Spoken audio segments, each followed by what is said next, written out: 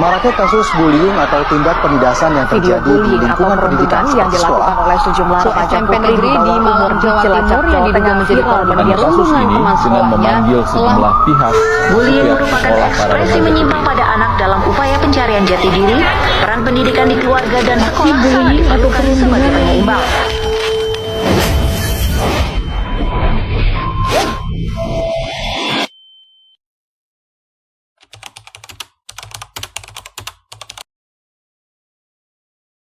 Kita ke informasi lainnya, saudara. Setelah menjalani perawatan, korban dugaan perundungan Fatir Arya Adinata, 12 tahun, siswa sekolah dasar negeri 09 Tambun Selatan, Bekasi, meninggal dunia pada Kamis dini hari. Fatir disemayamkan di rumah duka di Jalan Taman Raya 3, Perumahan Jatimulya, Kabupaten Bekasi. Kuasa hukum keluarga korban, Fatir, mengatakan setelah menjalankan amputasi di kaki kiri, kondisi kesehatan Fatir terus menurun hingga akhirnya tutup usia. Pihak kuasa hukum juga menyebut akan terus melanjutkan kasus hukum perundungan yang dialami oleh Fatir.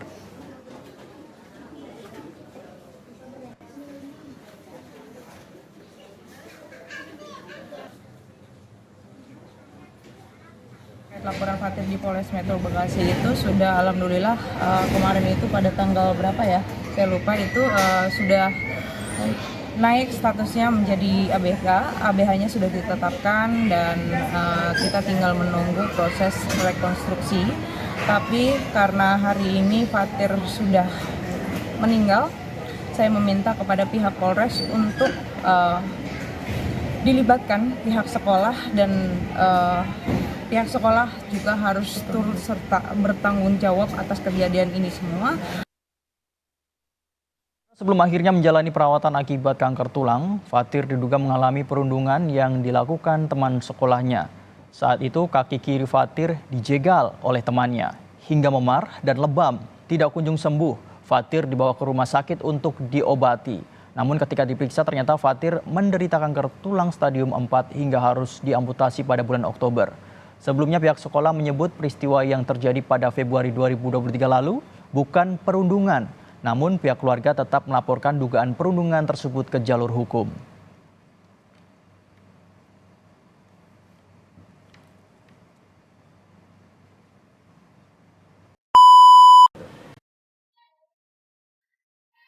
Sungguh miris dengan kasus perundungan yang dialami oleh Fatih, siswa SD 9 Tambun Bekasi yang harus kehilangan nyawanya. Di mana kasus ini merupakan salah satu kasus dari banyaknya kasus perundungan anak di Indonesia. Tentunya perundungan ini tidak dapat dibenarkan, apalagi dalam perundungan ini hingga menyebabkan korban jiwa. Tentunya kasus perundungan yang dialami oleh Fatih melanggar hukum yang ada di Indonesia. Kasus ini melanggar beberapa pasal. Yang pertama, pasal 28B ayat 2 tentang hak anak dan juga pasal 28G ayat 1 dan 2 tentang hak asasi manusia. Untuk itu, mari kita lihat dampak, solusi, serta penerapan yang bisa kita lakukan untuk menghindari kasus perundungan yang ada di Indonesia. Perundungan, baik itu fisik maupun non-fisik, memberikan dampak yang sangat berarti bagi diri korban. Apa saja sih dampak-dampak yang diterima dari korban perundungan ini? Yang pertama yaitu dampak fisik. Dampak fisik meliputi cedera, luka-luka, bahkan dampak negatif dari keseluruhan kondisi tubuh si korban. Dari contoh video tersebut yaitu terjadi amputasi dari kaki si korban. Yang kedua yaitu dampak psikologis. Dampak psikologis ini dapat berupa takut, perasaan cemas, khawatir, bahkan traumatik yang dapat dialami korban sepanjang hidupnya. Lalu yang ketiga yaitu dampak dari harkat martabat diri si korban. Aspek yang paling besar dari dampak perundungan ini adalah penurunan jati diri dari si korban itu sendiri. Oke, selanjutnya itu ada dampak yang keempat, yaitu dampak sosial. Korban perundungan seringkali merasa bahwa dirinya terisolasi dari lingkungan sekitar. Contohnya diskriminasi yang secara jangka panjang itu dapat menekan si korban, sehingga dapat memperburuk kondisi sosial dan juga psikologis mereka. Yang kelima, adanya pelanggaran hak. Perundungan terutama yang melibatkan kekerasan fisik dan juga psikologis merupakan pelanggaran hak asasi manusia. Hal ini jelas bertentangan dengan ketentuan pasal 28G ayat 2 yang menegaskan bahwa setiap orang berhak dilindungi dari penyiksaan dan perlakuan yang merendahkan martabatnya. Yang terakhir, ayat ke-6 itu adanya gangguan masa depan. Efek jangka panjang dari perundungan dapat sangat mengganggu perkembangan korban, baik dari segi akademis, karir, serta sosial untuk masa depannya si korban tersebut. Trauma yang ditinggalkan oleh perundung bisa menghambat potensi dan membatasi potensi yang dimiliki oleh korban. Selanjutnya di sini adalah solusi untuk mengatasi perundungan yang memerlukan pendekatan holistik dari berbagai pihak. Yang pertama itu ada pendidikan dan kesadaran. Jadi sekolah itu perlu memberikan edukasi penting dalam mengatasi dampak buruk dari perundungan dan pentingnya empati siswa sejak dini. Yang kedua itu ada pendekatan hukum. Jadi pendekatan hukum ini wajib menegakkan aturan tegas terhadap pelaku perundungan untuk memberikan efek jerak kepada mereka.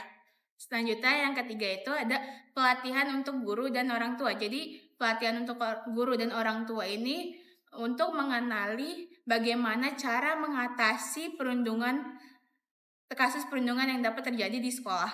Yang keempat itu adanya pendukung psikologis. Jadi sekolah itu dapat menyediakan konselor atau guru BK yang dapat membantu korban dan mencegah terjadinya trauma lebih lanjut.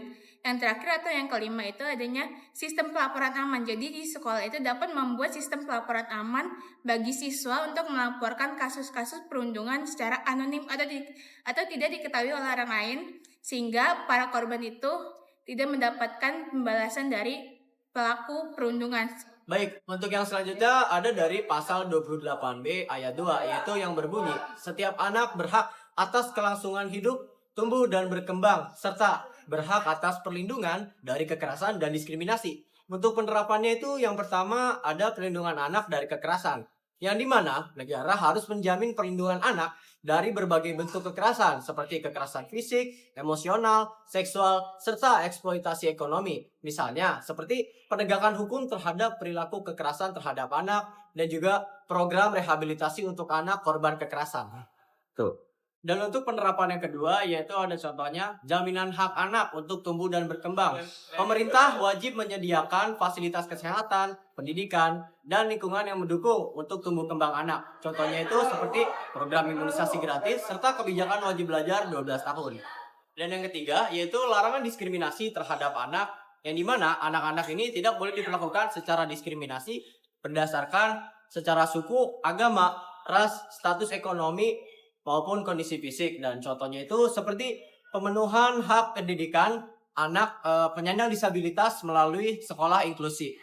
Lalu bagaimana sih penerapan pasal 28G ayat 2 yang berbunyi, setiap orang berhak untuk bebas dari penyiksaan atau perlakuan yang merendahkan derajat martabat manusia dan berhak memperoleh suaka politik dari negara lain. Nah, contoh penerapannya sendiri, itu yang pertama ada memberikan perlindungan seseorang dari penyiksaan. Maksudnya, seperti contoh seorang tahanan dalam proses hukum tidak boleh mengalami penyiksaan fisik atau mental oleh aparat penegak hukum. Jadi, polisi dilarang untuk menggunakan kekerasan dalam memaksa pengakuan saat pemeriksaan seorang tahanan itu sendiri. Lalu yang kedua itu ada penghentian praktik bullying di sekolah. Contohnya, seorang siswa yang menjadi korban perundungan atau bullying oleh teman-temannya sendiri berhak mendapatkan perlindungan dari sekolah, termasuk intervensi psikologis dan hukuman terhadap pelaku sesuai peraturan yang berlaku. Lalu yang ketiga ada penolakan hukuman yang merendahkan martabat. Maksudnya negara harus memastikan bahwa hukuman yang diterapkan terhadap narapidana tidak melanggar hak asasi, seperti melarang hukuman yang kejam, tidak manusiawi, atau merendahkan martabat, misalnya hukuman cambuk atau kerja paksa tanpa batas waktu.